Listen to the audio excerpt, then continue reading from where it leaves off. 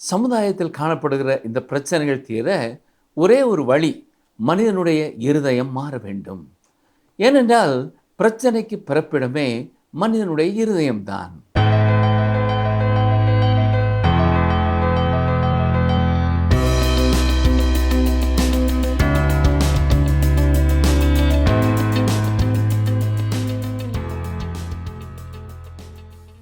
மனித வாழ்க்கையில் பொதுவாக 3 பருவங்கள் என குறிப்பிடப்படுகின்றன. குழந்தை பருவம், பிறப்பு முதல் சிறு வயது வரை. இளமை பருவம், பால்யத்திலிருந்து முதிர்ந்த வயதுக்குள் நுழையும் பருவம். முதுமை பருவம், முதிர்ந்த வயது, உடல் மற்றும் எண்ணங்களில் மாற்றங்கள் ஏற்படும் காலம். இது தவிர மனிதனின் வளர்ச்சியை மேலும் நுணுக்கமாக பிரித்து பல பருவங்களாக கூறலாம். இந்த 3 பருவங்களிலும் 3மே முக்கியமானதாக இருந்தாலும் மிக முக்கியமான பருவம் இளமை பருவம், அதாவது வாலிப பருவம். இந்த வாலிப பருவத்தில்தான் இளைஞர்கள் நல்வழியையும் தேர்ந்தெடுக்கிறார்கள், தீய வழியையும் தேர்ந்தெடுக்கிறார்கள். இன்றைய காலகட்டத்தை பொறுத்தவரை அநேகர் தீய வழியை தேர்ந்தெடுப்பவர்களாகவே உள்ளனர். இவர்கள் தீய வழியை தேர்ந்தெடுப்பதால் சமுதாயத்தில் ஏராளமான மாற்றங்கள். ஏனென்றால் குழந்தை பருவத்தில் ஒரு குழந்தை தானாக எந்த ஒரு முடிவும் எடுக்காது, தன் பெற்றோர்களை சார்ந்தே இருக்கும். முதுமை பருவத்திலோ எந்த ஒரு முடிவை எடுத்தாலும் அந்த முடிவு முழுவதுமாக தங்கள் பலத்தால் செய்ய இயலாது. ஆகவேதான் இந்த வாலிப பருவமானது மிக முக்கியமான பருவமாக உள்ளது. இந்த பருவத்திலே ஒரு வாலிபன் எப்படி இருக்க வேண்டும் என்பதை ஆராய வேண்டிய காலத்தில் நாம் ஒவ்வொருவரும் இருக்கிறோம் என்பதை மறந்துவிடக்கூடாது. இன்றைய தியானத்திலும் கூட நம் வாலிபர்கள் எப்படி இருக்க வேண்டும், எவ்வாறு செயல்பட வேண்டும் என்பதை குறித்து ஆராய்ந்து பார்ப்போம். வேத ஆராய்ச்சி நிகழ்ச்சியை வாரம் தவறாமல் கேட்கிற எங்களுக்கு அருமையான நேயர்களே, இந்த நாளிலேயும் உங்களை சந்திப்பதை குறித்து மகிழ்ச்சி அடைகிறோம். கர்த்தருக்கு நன்றி கூறுகிறோம். இந்நாட்களிலே நாம் நீதிமொழிகளின் புத்தகத்தை கற்று வருகிறோம். இன்று நீதிமொழிகள் 23ஆம் அதிகாரம் 19ஆம் வசனம் முதல் சிந்திப்போம். வாசிக்கிறேன். நீதிமொழிகள் 23, 19 முதல் 21 வரை. என் மகனே, நீ செவி கொடுத்து ஞானமடைந்து உன் இருதயத்தை நல்வழியிலே நடத்து. மதுபான பிரியரையும் மாம்ச பெருந்தேனிக்காரரையும் சேராதே. குடியனும் போஜன பிரியனும் தரித்திரராவார்கள். தூக்கம் கந்தைகளை உடுத்துவிக்கும். இங்கே இளம் வாலிபர்களுக்கான விசேஷித்த எச்சரிப்பை பார்க்கிறோம். இளம் வாலிபர்கள் தங்கள் நண்பர்களை குறித்து மிகவும் கவனமாயிருக்க வேண்டும். தீமையான நண்பர்களோடே நீங்கள் நட்பு கொள்வீர்கள் என்றால் அது தீமையான குணநலன்களையே உங்களிலே உண்டாக்குகிறது. தண்ணீர் எப்படி தான் சேருகிற நிலத்தின் நிறத்தை பெற்றுக்கொள்கிறதோ அதுபோல தீய நண்பர்களின் சேர்க்கை ஒரு மனிதனின் குணத்தை பாதிக்கிறது. நீதிமொழிகள் 23, 22. உன்னை பெற்ற தகப்பனுக்கு செவிகொடு, உன் தாய் வயது சென்றவளாகும்போது அவளை அசட்டை பண்ணாதே. இளம் வாலிபன் ஞானமாகிய கல்லூரியிலே பட்டத்தை பெறும் வேளை நெருங்கிவிட்டது. அவனுடைய தகப்பனுக்கும் தாய்க்கும் வயதாகிவிட்டது. எனவே இளம் வாலிபன் அவர்களை அசட்டை பண்ணும் நிலைமை. இந்த வாலிபனை விட அவனுடைய பெற்றோர்கள் அறிவிலும் அனுபவத்திலும் தேறினவர்கள் என்பதை அவன் அறியாமல் காணப்படுகிறான். அப்சலோமின் வாழ்க்கையிலே இந்த விதமான நிலைமையை நீங்கள் பார்க்க முடியும். இவன் தனது தந்தையான தாவீதுக்கு விரோதமாக கலவரத்திலே வெற்றி பெற முடியும் என்று நினைத்தான். ஆனால் தாவீது போரிலே சிறந்த ஒரு வீரன். இப்பொழுது அப்சலோம் போருக்கு செல்கிறான். ஆனால் தாவீது எருசலேமை விட்டு அசையவில்லை. ஏனென்றால் போரில் அவனுடைய நடவடிக்கை எவ்வாறு இருக்கும் என்று தாவீது நன்கு அறிவான். அவ்வாறு தாவீது போரிலே இறங்கினான். ஆனால் அது அப்சலோமிற்கு மரணத்தையே கொடுக்கும் முடிவாக அமைந்துவிடும் என்றும் தாவீது அறிந்திருந்தான்.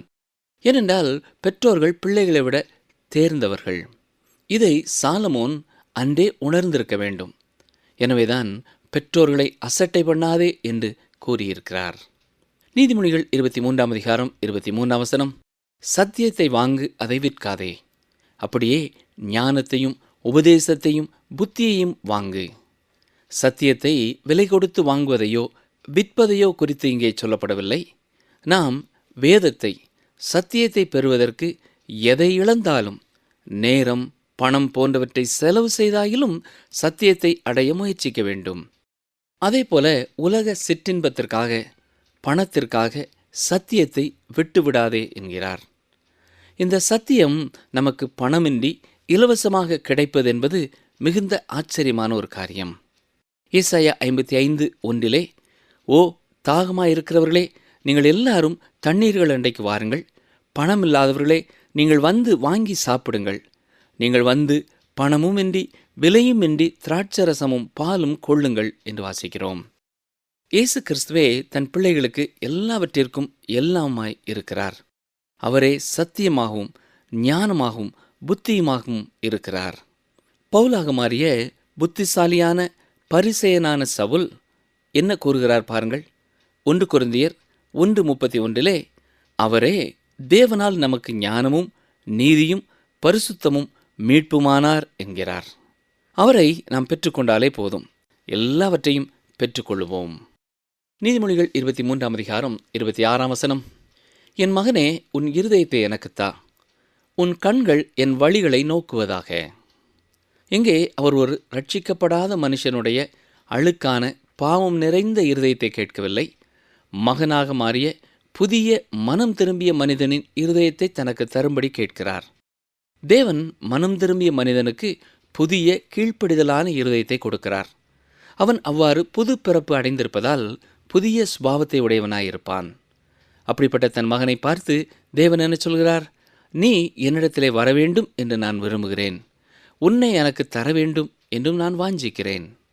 நீ என்னை நேசித்தால் என்னுடைய கட்டளைகளை கைக்கொள்வாயாக என்கிறார். நீதிமொழிகள் 23:27 வேசி ஆழமான படுகுழி, பரஸ்திரி இடுக்கமான கிணறு. ஆழமான படுகுழியில் விழுந்தவனும் இடுக்கமான கிணற்றில் தவறி விழுந்தவனும் தப்புவது கடினம். நீதிமொழிகள் 23:28 அவள் கொள்ளைக்காரனைப் போல் பதிவிருந்து மனுஷருக்குள்ளே பாதகரை பெருக பண்ணுகிறாள். அவளுடைய செய்கை எப்படி இருக்கிறது என்று கவனித்தீர்களா? கொள்ளைக்காரனைப் போல, திருடனைப் போல கன்னமிட்டு ஜீவனை திருடுகிறாள். இதற்கு எடுத்துக்காட்டாக ஆதியாமத்திலே யூதாவின் பாவத்தை பார்க்கிறோம். அவன் வேசியானவனிடத்திலே பிரவேசித்த சோக சரித்திரத்தை அந்த புத்தகம் கூறுகிறது. அதுபோல சிம்சோனின் வாழ்க்கையும் ஒரு தவறான எடுத்துக்காட்டாகிவிட்டது. நீதிமொழிகள் 23:29-30 பாருங்கள். ஐயோ, யாருக்கு வேதனை, யாருக்கு துக்கம், யாருக்கு சண்டைகள், யாருக்கு புலம்பல், யாருக்கு காரணமில்லாத காயங்கள், யாருக்கு இரத்தம் கலங்கின கண்கள். மதுபானம் இருக்கும் இடத்திலே தங்கி தரிப்பவர்களுக்கும் கலப்புள்ள சாராயத்தை நாடுகிறவர்களுக்கும் தானே. இங்கே குடிபோதையை பற்றிய எச்சரிப்பை மீண்டும் சந்திக்கிறோம். குடிப்பதினால் வேதனையும் துக்கமும் சண்டைகளும் புலம்பலும் காரணமில்லாத காயங்களும் மற்றும் இரத்தம் கலங்கின கண்களுமே வரும் என்று ஞானி எச்சரிக்கிறார். மேலும் இன்னும் சில தீமைகளை பற்றி ஞானி பட்டியலிடுவதை நீதிமொழிகள் 23:32-35 வரை உள்ள வசனங்களிலே நாம் பார்க்கலாம். முடிவிலே அது பாம்பை போல் கடிக்கும், விரியனைப் போல் தீண்டும். உன் கண்கள் பரஸ்திரிகளை நோக்கும், உன் உள்ளம் தாறுமாறானவைகளை பேசும். நீ நடுக்கடலிலே சயனித்திருக்கிறவனைப் போலும் பாய்மரத் தட்டிலே படுத்திருக்கிறவனைப் போலும் இருப்பாய். என்னை அடித்தார்கள், எனக்கு நோகவில்லை. என்னை அறைந்தார்கள், எனக்கு சுரணை இல்லை. நான் அதை பின்னும் தொடர்ந்து தேட எப்பொழுது வெளிப்பேன் என்பாய். அருமையானவர்களே, இந்த குடிப்பழக்கம் எவ்வளவு கொடுமையானது பார்த்தீர்களா? இவ்வளவு வேதனைகளை பட்டும் இன்னும் தொடர்ந்து குடிக்கத்தான் அவன் செல்கிறான் என்று கடைசி வசனம் கூறுகிறது. தொடர்ந்து நாம் நீதிமொழிகள் 24 தியானிக்கும்படி கடந்து செல்வோம். சாலமோன் ஞானி எழுதி தொகுத்து தந்த அதிகாரங்களிலே இந்த அதிகாரமே கடைசியானதாகும். இதற்கு அடுத்து சாலமோனின் நீதிமொழிகளை எசேக்கியா ராஜாவின் மனுஷர் தொகுத்து தந்ததை பார்க்கிறோம். சாலமோன் ஞானி அநேக நீதிமொழிகளை எழுதியிருந்தும் நமக்கு குறைவாகவே கிடைத்திருக்கின்றன. இந்த சிறிய பகுதியிலே கூட அநேக வேத சத்தியங்கள் புதைந்திருப்பதை நாம் பார்த்தோம். இவைகள் நம்முடைய வாழ்க்கையிலே வழிகாட்டியாக நம்மை செவ்வையான பாதையிலே நடத்துகிறவைகளாய் இருக்கின்றன. நீதிமொழிகள் 24 முதல் 2 வசனங்களை கவனியுங்கள். பொல்லாத மனுஷர் மேல் பொறாமை கொள்ளாதே, அவர்களோட இருக்கவும் விரும்பாதே. அவர்கள் இருதயம் கொடுமையை யோசிக்கும், அவர்கள் உதடுகள் தீவனையை பேசும். இதே கருத்தை முன்னொரு அதிகாரத்திலே நாம் சிந்தித்திருக்கிறோம். நாம் ஏற்கனவே பார்த்தது போல ஒரு கருத்து மீண்டும் மீண்டும் வருகிறதென்றால் அது மிக முக்கியமான ஒன்று என்பதை நமக்கு காட்டுகிறது. நாவை பற்றியும் பெருமையை பற்றியும் மூடத்தனத்தை பற்றியும் மீண்டும் மீண்டும் நீதிமொழிகளிலே சொல்லப்பட்டிருக்கிறதை நாம் பார்த்தோம். இவைகள் மிகவும் வலியுறுத்தப்படுகின்றன. ஏனென்றால் இவைகள் வாழ்க்கையோடு கூட மிகவும் நெருக்கமானவை. இப்படிப்பட்ட மனிதர்களை நீங்கள் அன்றாடம் உங்கள் வாழ்க்கையிலே சந்திக்க முடியும். நீதிமொழிகளில் உள்ள வசனங்கள் எல்லா மனிதருக்கும், அதே போல வேதத்தில் உள்ள வெவ்வேறு மனிதர்களுக்கும் மிக பொருத்தமானவைகளாய் இருக்கின்றன. நாம் இங்கே பார்க்கிற நீதிமொழிகள் 24 அதிகாரம் முதல் 2 வசனத்தின் அதே கருத்தையே சங்கீதம் 73 பார்க்கிறோம். ஆசாப் அந்த சங்கீதத்திலே இவ்வாறு எழுதியிருக்கிறார். சங்கீதம் 73 3-4 வசனங்களை கவனியுங்கள். துன்மார்க்கரின் வாழ்வை நான் காண்கையில் வீம்புக்காரராகி அவர்கள் மேல் பொறாமை கொண்டேன். மரண பரியந்தம் அவர்களுக்கு இடுக்கண்கள் இல்லை, அவர்களுடைய பலன் உறுதியாயிருக்கிறது. துன்மார்க்கருடைய வாழ்க்கையை பார்த்து ஆசாப் சற்று குழப்பமடைந்து விட்டார், எரிச்சல் அடைகிறார். உங்களுக்கும் கூட பொல்லாத மனிதர்கள் செழித்தோங்கி இருப்பதை காணும் பொழுது எரிச்சல் தானே வருகிறது இல்லையா? நீங்கள் தேவனுக்கு பயந்தவர்களாக நீதிமான்களாக நடக்க முயலும் பொழுதும் பல குறைவுகளோடு இருக்கிறீர்கள் என்று வைத்துக்கொள்வோம். அதே வேளையிலே தேவனுக்கு பயப்படாமல் துணிகரமாக பாவம் செய்கிற ஒரு மனிதன் செய்வதெல்லாம் வாய்க்கும் பொழுது, உலகத்திலே அவன் நிறைவுள்ளவனாக காணப்படும் பொழுது, அது உங்களுக்கு பொறாமையையும் எரிச்சலையுமே உண்டாக்குகிறது. ஆனால் சாலமோன் ஞானி கூறும் பொழுது, பொல்லாத மனுஷர் மேல் பொறாமை கொள்ளாதே என்கிறார். ஏனென்றால் நியாய தீர்ப்பு நாள் ஒன்று வருகிறது. ஆசாப் தன் அனுபவத்தை கூறும்பொழுது, துன்மார்க்கன் ஏன் செழித்திருக்கிறான் என்று எனக்கு புரியவில்லை என்று கூறினார். எதுவரை அவ்வாறு கூறினார்? சங்கீதம் 73 16 17 பாருங்கள். நான் தேவனுடைய பரிசுத்த ஸ்தலத்துக்குள் பிரவேசித்து அவர்கள் முடிவை கவனித்து உணரும் அளவும் என்கிறார். அவர்கள் முடிவு பரிதாபமானதாயிருக்கிறது என்பதை நான் உணர்ந்தவுடன் அவர்கள் மேல் எரிச்சலும் பொறாமையும் அடைவதை விட்டுவிட்டேன் என்கிறார். ஏனென்றால் தேவன் அவர்களை சறுக்கலான இடங்களிலே நிறுத்தி பாழான இடங்களிலே விழப்பண்ணுகிறார். தேவன் அவர்களை தண்டிக்கிறவராய் காணப்படுகிறார் என்கிறார். நீங்களும் உலகத்தை சற்று கவனித்து பார்ப்பீர்கள் என்றால் அங்கே முழுவதும் அநியாயத்தால் நிரம்பி இருக்கிறதை பார்க்க முடியும். அந்த அநியாயத்தையும் அக்கிரமத்தையும் நீக்க நம்மால் ஒன்றும் செய்ய முடியாது. அநியாயத்தையும் அக்கிரமத்தையும் செய்கிற ஜனங்களால் இந்த உலகம் நிரம்பி இருக்கிறது. சிலர் சமுதாயத்திலே சமத்துவத்தை கொண்டு வர என்னவெல்லாமோ முயற்சி செய்கிறார்கள். ஆனால் மனித முயற்சியினாலே எதையுமே சாதித்துவிட முடியாது என்பதையும் வரலாற்று நிகழ்ச்சிகள் நமக்கு தெளிவாக எடுத்து காட்டுகின்றன. சமுதாயத்திலே காணப்படுகிற இந்த பிரச்சனைகள் தீர ஒரே ஒரு வழி, மனிதனுடைய இருதயம் மாற வேண்டும். ஏனென்றால் பிரச்சனைக்கு பிறப்பிடமே மனிதனுடைய இருதயம்தான். தேவன் ஒரு நாளிலே உலகத்திலே காணப்படும் எல்லா பிரச்சனைகளுக்கும் எல்லா அக்கிரமங்களுக்கும் முடிவை கொண்டு வர இருக்கிறார். அவ்வாறு அவர் செய்ய போகிறார் என்றே வேதம் தெளிவாய் சொல்லியிருக்கிறது. அவர் அவ்வாறு செய்ய போகிறார் என்பதை நாமும் நிச்சயமாய் நம்பலாம். நீங்களும் நானும் நம்முடைய வாழ்க்கையிலே தேவன் எந்த இடத்திலே எந்த நோக்கத்தோடு நம்மை வைக்க விரும்புகிறார் என்பதை முதலாவது புரிந்து கொள்ள வேண்டும். தேவன் இந்த பூமியிலே நம்மை கொண்டு சில காரியங்களை செய்ய நினைக்கிறார் என்பதை உணர்வது நமக்கு மிகுந்த மகிழ்ச்சியை கொடுக்கும் ஒரு காரியமாயிருக்கிறது இல்லையா? அதே வேளையிலே துன்மார்க்கன் செழிப்பதை குறித்து நமக்கு எரிச்சல் வரலாம். அதை தேவனிடத்திலேயே ஆசாப்பை போல நாம் சொல்ல வேண்டும்.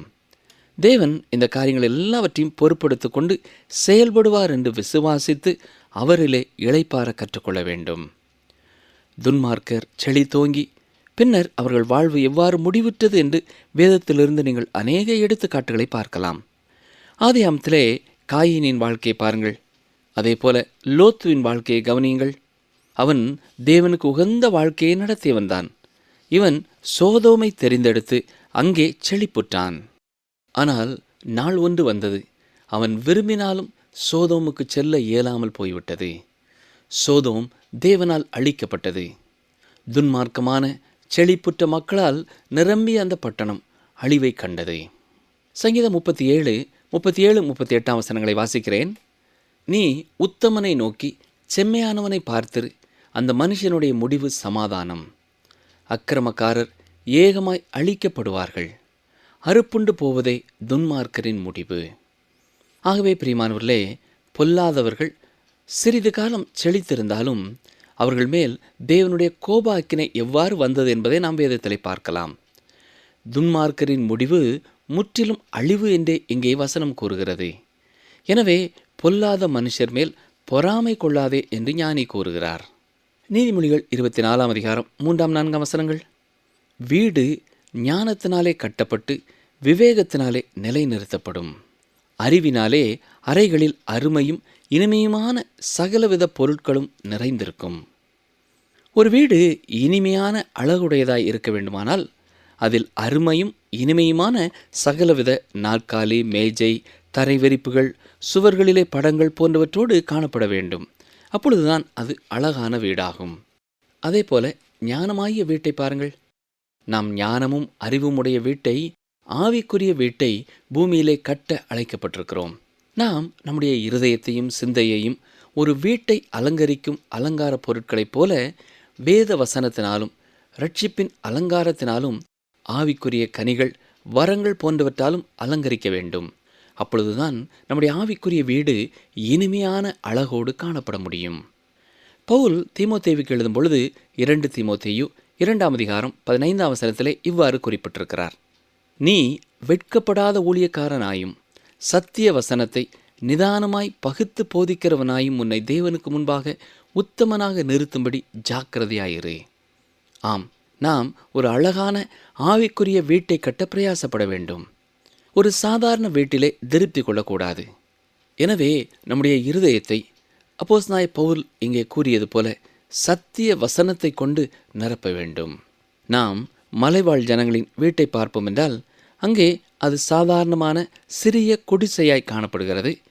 மிகச் சிறிய குடிசை, அதிலே உட்கார இடமில்லை, தரை வெறிப்போ நல்ல சுவரோ அங்கே இல்லை.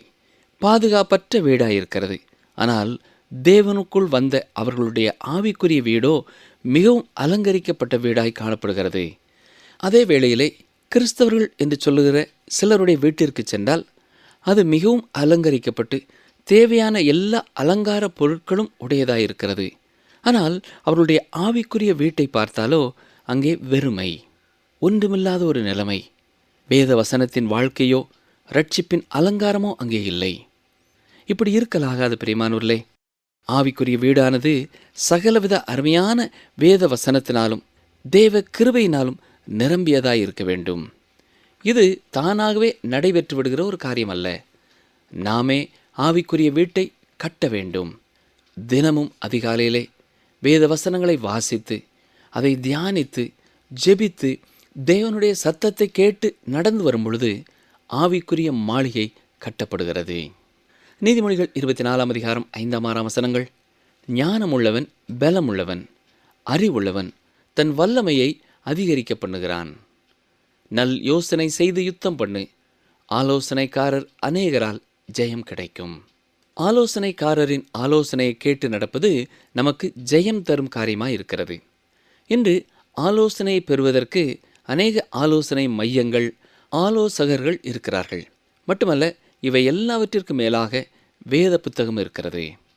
சிலர் சில காரியங்களை செய்யும் முன்னர் வேதத்தை திறந்து அங்கு ஒரு வசனம் இங்கு ஒரு வசனம் என்று ஆலோசனைக்காக வாசிப்பார்கள். அந்த நிமிடத்தில் எந்த வசனம் வருகிறதோ அதையே தேவனுடைய ஆலோசனையாக கருதுவார்கள். பிரியமானவர்களே, இது தவறான ஒரு அணுகுமுறை. இப்படி செய்வதனாலே நீங்கள் தேவனுடைய உண்மையான ஆலோசனையை பெற்றுக்கொள்ள முடியாது.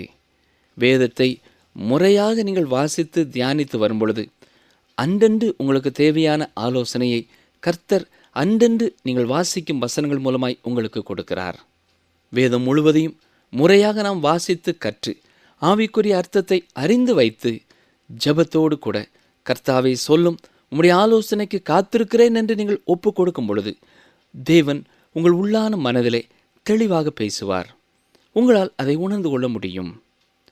மோசே, யோசுவா, சாமுவேல், தாவீது, மத்தேயு, பவுல், யோவான் போன்ற கர்த்தருடைய பிள்ளைகளுடைய வாழ்க்கையை நீங்கள் வாசித்து அறியுங்கள். இவர்கள் வாழ்க்கையிலே அவர்கள் எப்படி நடந்து கொண்டார்கள் என்பதை தியானித்து பாருங்கள். இவர்களே நம்முடைய ஆலோசகர்கள். ஆலோசனைக்காரர் அநேகரால் ஜெயம் கிடைக்கும்.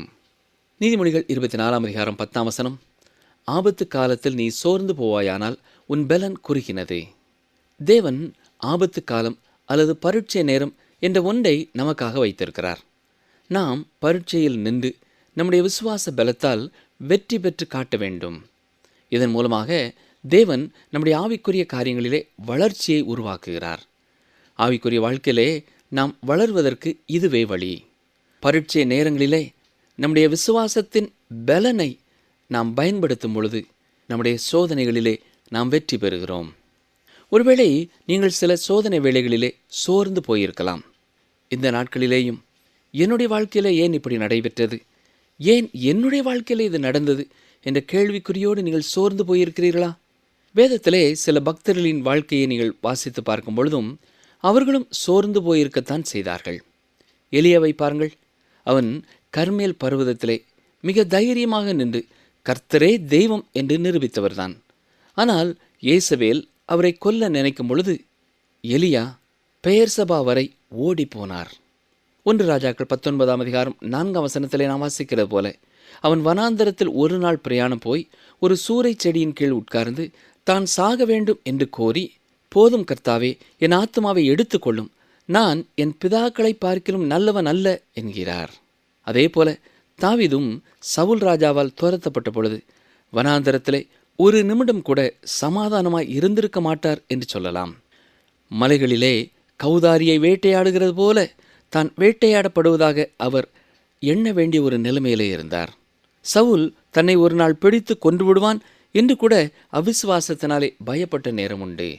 தாவீது அந்த பரீட்சை காலத்திலேயும் சோர்ந்து போய் காணப்பட்டார். ஆனால் எலியாவும் தாவீதும் கூட இப்படிப்பட்ட சூழ்நிலைகளிலேயும் தேவனே தங்களை பலப்படுத்துவார், தேவனே தங்களை பாதுகாத்துக் கொள்வார் என்ற காரியத்தை கற்றுக்கொண்டார்கள். அருமையானவர்களே, உங்கள் வாழ்க்கையிலே ஒருவேளை நீங்கள் சோர்ந்து போய் காணப்படுகிறீர்களா? சோர்ந்து போகாதிருங்கள். எலியாவையும் தாவீதையும் பலப்படுத்தி உயர்த்தியவர் உங்களையும் பலப்படுத்த உங்கள் அருகே வல்லமை உள்ளவராய் இருக்கிறார். நீதிமொழிகள் 24ஆம் அதிகாரம் 11-12 வசனங்கள். மரணத்துக்கு ஒப்புவிக்கப்பட்டவர்களையும் கொலையுண்ண போகிறவர்களையும் விடுவிக்க கூடுமானால் விடுவி. அதை அறியோம் என்பாயாகில் இருதயங்களை சோதிக்கிறவர் அறியாரோ? உன் ஆத்துமாவை காக்கிறவர் கவனியாரோ? அவர் மனுஷருக்கு அவனவன் கிரியைக்கு தக்க பலனளியாரோ? அருமையானவர்களே, உங்களால் சிலருக்கு உதவி செய்ய முடியும். அவர்களுக்கு இயேசு கிறிஸ்துவை குறித்து கூறி அவர்களை ஆற்றி தேற்றி உங்களால் வழி நடத்த முடியும். ஏனென்றால் அவர்கள் உங்களுக்கு மட்டுமே செவி சாய்க்கிறவர்கள். அவர்களுக்கு இயேசுவை கொடுப்பதனாலே அவர்களை அநேக விதமான பிரச்சனைகளிலிருந்து, நித்திய நரகத்திலிருந்தும் விடுதலை செய்ய முடியும். அதை நீங்கள்தான் செய்ய முடியும். சமீபத்திலே ஒரு மனிதன் தேவ ஊழியர் ஒருவரிடத்திலே இவ்வாறு கூறி வருத்தப்பட்டாராம். ஐயா, அந்த மனிதருடைய தற்கொலை மரணத்திற்கு நானே காரணமாகி போனேன். நான் சில காரியங்களை அவருக்கு செய்திருந்தால் அவர் அந்த முடிவிற்கு சென்றிருக்க மாட்டார். ஆனால் அதை நான் செய்யாது விட்டுவிட்டதால் அவர் தற்கொலை புரிந்து விட்டாரே, எனது மனம் ஆறுதல் அடைய மறுக்கிறதே என்று புலம்பினார். அருமையானவர்களே, தேவன் உங்கள் இருதயத்தை அறிவார். அவர் இருதயங்களை சோதித்து அறிகிற கர்த்தர். உங்களால் செய்ய முடிந்தும் அந்த காரியத்தை நீங்கள் செய்யாததினாலே தற்கொலை புரிந்து கொண்ட உங்களுக்கு அருமையானவர்களை நினைத்து நீங்கள் வருத்தத்தோடு இருக்கிறீர்களா? இப்படிப்பட்ட நேரத்திலையும் நீங்கள் தேவனை நோக்கி இருதயத்தில் உள்ளதை அப்படியே ஊற்றிவிடுங்கள். அவரே உங்களை மன்னித்து ஆற்றி தேற்றுவார். தேவன் இப்படிப்பட்ட ஜெபத்தையும் கேட்கிறவராயிருக்கிறார். உங்களுக்கும் அவர் விடுதலை தருவார். மேலும் நாம் நரகத்திற்கு நேராக செல்கிற நம் நண்பர்களை அதிலிருந்து விடுவிக்க வேண்டியது அவசியம். இதை நீங்கள் மட்டுமே செய்ய முடியும்.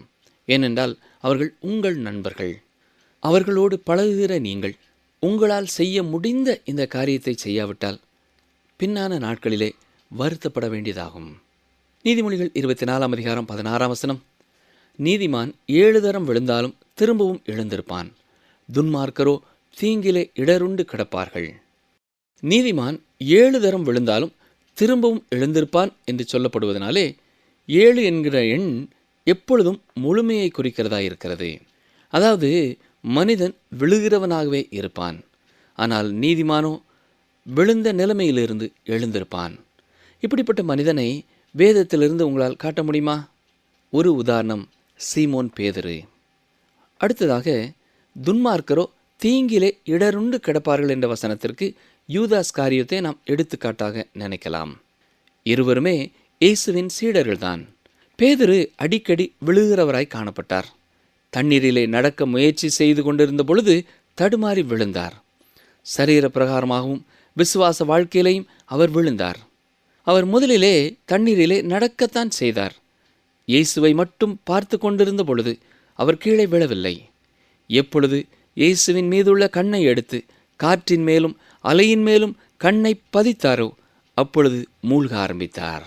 நிகழ்ச்சியை கேட்டுக்கொண்டிருக்கிற எனக்கு அருமையான சகோதரனை சகோதரியே, உங்களுடைய வாழ்க்கையிலையும் இயேசுவின் மேலே உங்கள் கண் இருக்கும் வரை நீங்கள் இடறப்போவதில்லை. ஆனால் அங்கே இயேசு பேதுருவை தூக்கிவிட்டார். பின்னர் அவர் இயேசுவோடு கூட நடந்து படகிற்கு சென்றார். அதே போலத்தான் இயேசுவை காட்டிக் கொடுத்த வேளையிலே பேதுரு 3 முறை மறுதலித்தார் என்பதை நாம் அறிவோம். இவ்வாறு பேதுரு பலமுறை விழுகிறவராகவே காணப்பட்டார். ஆனால் உடனே அதிலிருந்து எழும்பி இயேசுவோடு கூட நடக்கிறவராயும் காணப்பட்டார். நீங்கள் தவறிப்போன நிலைமையை உணர்ந்து இன்றைக்கு துக்கத்தோடு இருக்கிறீர்களா? நீங்களும் கர்த்தரண்டை வாருங்கள். நீங்கள் ஒருவேளை ஆவிக்குரிய வாழ்க்கையிலே தடுமாறி விழுந்து சோர்ந்து போயிருந்தாலும் நீங்கள் கர்த்தரிடத்திலிருந்து வந்து, ஆண்டவரே, நான் விழுந்து போன நிலைமையிலே இருக்கிறேன், என்னுடைய பாவங்களை கழுவி என்னை மீண்டுமாய் தூக்கி நிறுத்தும் என்று கேளுங்கள். உண்மையாய் தம்மை நோக்கி கூப்பிடுகிற யாவருக்கும் கர்த்தர் சமீபமாயிருக்கிறார். அவர் உங்களையும் தூக்கி மீண்டும் நிறுத்துவார். இப்படிப்பட்ட அருமையான பரலோக பிதாவை நாம் தேவனாய் கொண்டிருப்பது எத்தனை பாக்கியம் இல்லையா? வாலிபனே, உன் தகப்பனுக்கும் தாய்க்கும் கீழ்ப்படி. அவர்களை நீங்கள் அசட்டை செய்யக்கூடாது. அவர்கள் சத்தியத்தை வாங்கிக் கொள்ளுகிறவர்களாக இருக்க வேண்டும். அதாவது இயேசு என்னும் சத்தியத்தை பெற்றுக்கொள்ளுகிறவர்களாக அவர்கள் இருக்க வேண்டும். சத்தியம் என்பது ஞானம், பரிசுத்தம், நீதி மற்றும் மீட்பு ஆகும். இவைகளை குறித்து நீங்கள் தொடர்ந்து தியானிக்கும்படியாக உங்களை கேட்டுக்கொள்கிறோம். அது மட்டுமல்லாமல் ஒரு வாலிபனுடைய வீடானது ஞானத்தால் கட்டப்பட்ட வீடாக இருக்க வேண்டுமே அன்றி மூடத்தனத்தால் கட்டப்பட்ட வீடாக இருக்கக்கூடாது. ஏனென்றால் வாலிப பிராயத்தில் நாம் மேற்கொள்ளும் சோதனைகளை வெற்றி பெறுவதற்கு ஞானம் இருந்தால் மட்டுமே முடியும். ஏனென்றால் நீதிமொழிகள் 24:5-6 நாம் வாசித்தது போல ஞானமுள்ளவன் பலமுள்ளவனாயிருக்கிறான். இதை கேட்டுக்கொண்டிருக்கும் பிரியமான வாலிபர்களே, உங்களுடைய வாழ்க்கையிலும் நீங்கள் எப்படிப்பட்ட வாலிபர்களாக இருக்கிறீர்கள்? வேதத்திற்கு பிரியமான வாலிபர்களாக இருக்கிறீர்களா, அல்லது வேதத்திற்கு பிரியமற்ற வாலிபர்களாக இருக்கிறீர்களா என்பதை ஆராய்ந்து பாருங்கள். ஞானம் உள்ளவர்களாக ஞானத்தால் வீட்டை கட்டுங்கள். ஞானத்தால் பலன் உள்ளவர்களாக இருங்கள். கர்த்தர் தாமே உங்களை உங்களுக்கும் பிறருக்கும் ஆசீர்வாதமான வாலிபர்களாக மாற்றுவாராக. நான் எகிப்தியருக்கு வரப்பண்ணின வியாதிகளில் ஒன்றையும் உனக்கு வரப்பண்ணேன். நானே உன் பரிகாரியாகிய கர்த்தர். யாத்திராகமம் 15:26.